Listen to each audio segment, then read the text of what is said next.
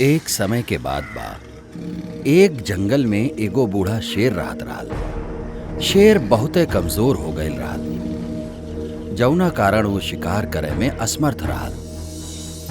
एक दिन शेर के एगो सोना के कंगन मिल गईल। शेर वो सोना के कंगन लेके एगो नदी के किनारे गईल और राहगीरन के आवे के इंतजार करे लागल।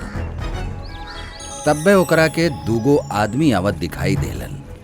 ऊ जोर जोर से कहे लागल, दान ले ली, सोने के कंगन के दान ले ली। आदमी लोग शेर के बात पे ध्यान न देले। ऊ अपन रास्ता पे चल गईलन। थोड़ी देर बाद शेर के एगो दूसर आदमी आवत दिखाई देलस। शेर फिर से जोर जोर से कहे लागल,